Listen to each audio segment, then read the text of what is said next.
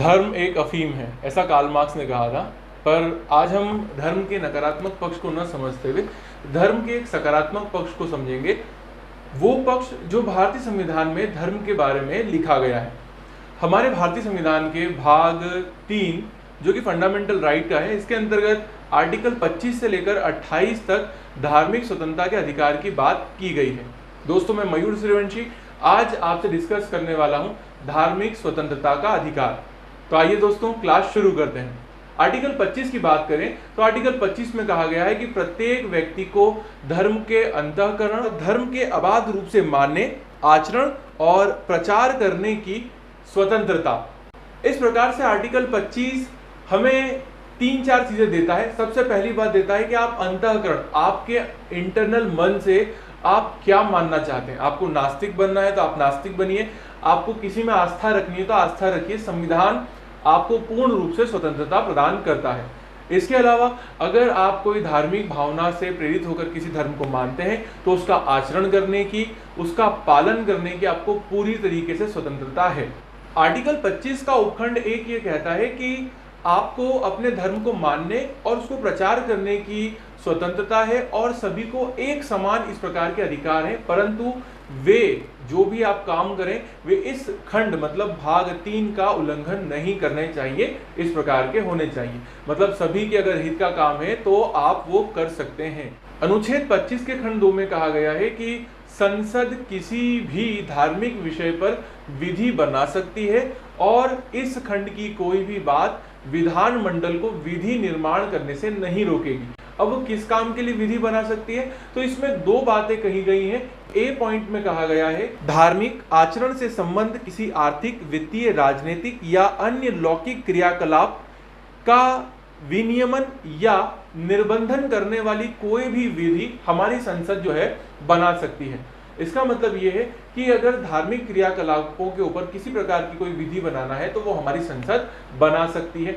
इसके अलावा इसमें दूसरी बात ये कही गई है कि सामाजिक कल्याण और सुधार के लिए या सार्वजनिक प्रकार की हिंदुओं की धार्मिक संस्थाओं को हिंदुओं के सभी वर्गों और अनुभागों के लिए खोलने का उपबंध करना भी संसद की शक्ति में आता है। अब यहाँ पर हिंदू के अंतर्गत क्या क्या माना जाएगा, तो स्पष्टीकरण में कहा गया है कि हिंदू के अंतर्गत जैन, बौद्ध, सिख, इस प्रकार के शैव, वैष्णव संप्रदाय भी आएंगे और हिंदू धर्म के मंदिर किसी विशेष वर्ग के लिए नहीं, हिंदू धर्म के मानने वाले सभी वर्गों के लिए खोले जाएंगे। ये भी इसमें उपबंध किया गया है। यहाँ पर एक बार स्पष्टीकरण कहना पड़ेगा कि सिख धर्म के अंतर्गत कृपाण रखना या जो 5 प्रकार के होते हैं उसका पालन करना भी यहाँ पर आर्टिकल 25 के तहत एक स्वतंत्रता दी गई है। सिख धर्म में 5 प्रकार की चीजें रखी जाती हैं, केश, कंघी, कच्छा, कृपाण और कड़ा। इस प्रकार से हमारे पास ये 5 चीजें आ जाते हैं और इन 5 चीजों को रखने वाला व्यक्ति सिख धर्म के अंतर्गत काउंट किया जाएगा। अब अगर आपको धर्म को मानने की स्वतंत्रता दी गई है तो क्या आपको धर्म का प्रबंधन या मैनेजमेंट करने की स्वतंत्रता दी गई है? जी हाँ, आर्टिकल 26 आपको देता है धार्मिक कार्यों के प्रबंधन की स्वतंत्रता। आर्टिकल 26 में कहा गया है कि लोक व्यवस्था, सदाचार और स्वास्थ्य के अधीन रहते हुए प्रत्येक धार्मिक संप्रदाय या उसके किसी अनुभाग को धार्मिक और पूर्व प्रयोजन के लिए संस्थाओं की स्थापना और पोषण करने का अधिकार है। इसका सिंपल सा मतलब यह है कि आप अपने धार्मिक कार्यकलापों को करने के लिए कोई भी संस्था, ट्रस्ट या कोई भी संगठन बना सकते हैं, इसका आपको अधिकार है। दूसरी बात इसमें कही गई है कि अपने धर्म विषयक कार्यों का प्रबंधन करने का और जंगम और स्थावर संपत्ति के अर्जन और स्वामित्व का अधिकार है। साथ ही ऐसी संपत्ति का विधि के अनुसार प्रशासन करने का अधिकार भी आपको दिया गया है।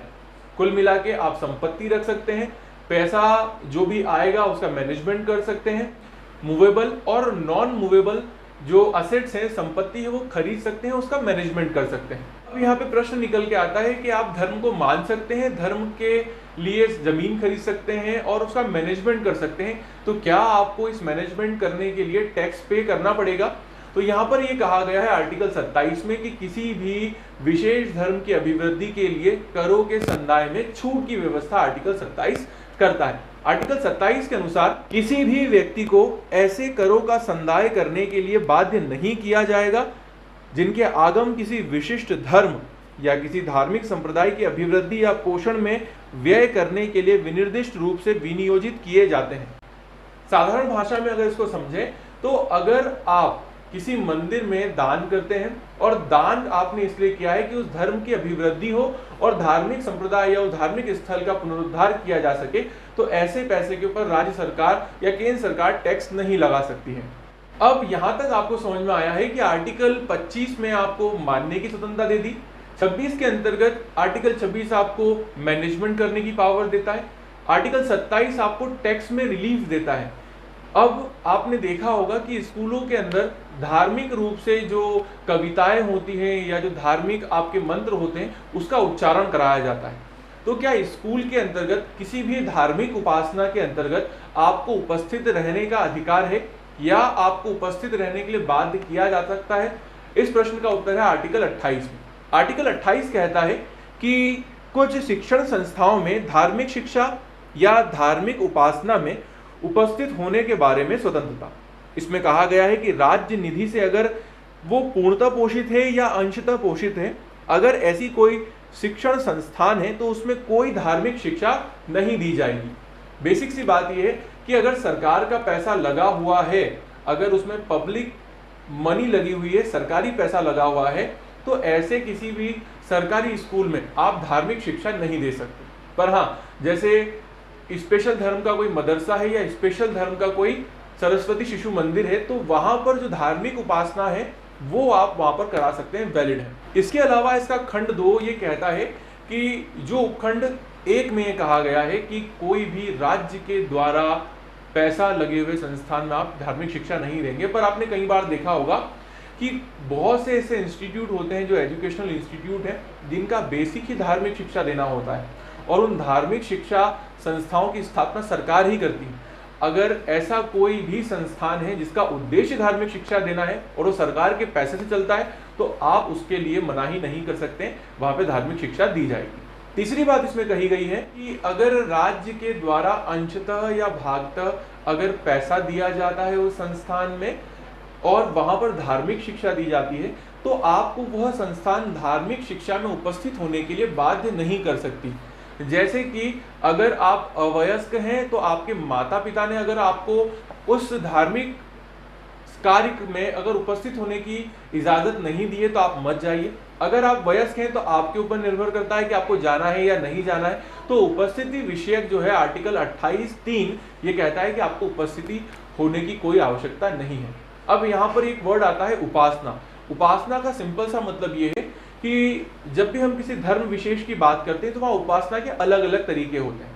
बहुत से धर्मों में हाथ जोड़कर उपासना की जाती है, बहुत सारे धर्मों के अंदर हाथ को इस प्रकार के पोस्चर में रख के उपासना की जाती है। कि आपने देखा होगा मंदिर में जाते हैं तो धोख देते हैं भगवान को, कुछ लोग दंडवत प्रणाम करते हैं, कुछ लोग नमाज अदा करते हैं, कुछ लोग घुटने टेक कर प्रार्थना करते हैं। तो इस प्रकार के जितने भी पोस्चर्स हैं ये सभी उपासना की श्रेणी में आते हैं और आपको उपासना करने का अधिकार सदैव है।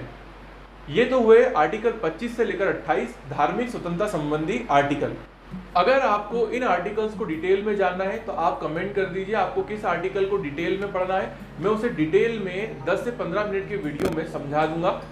इस वीडियो में केवल एक ब्रीफ इंट्रोडक्शन देने की कोशिश की गई है। यह वीडियो इन आर्टिकल्स का पूरा विवरण नहीं देता, बहुत सारे फैक्ट्स हैं जो यहाँ से छूट गए हैं। आई होप कि आप समझते हैं एक छोटे से वीडियो में सारी जानकारी दे पाना संभव नहीं है। अगर आपको ये वीडियो पसंद आया हो तो लाइक कीजिए, शेयर कीजिए और सब्सक्राइब कीजिए। आज के लिए बस इतना ही, मिलते हैं अगले वीडियो में। धन्यवाद।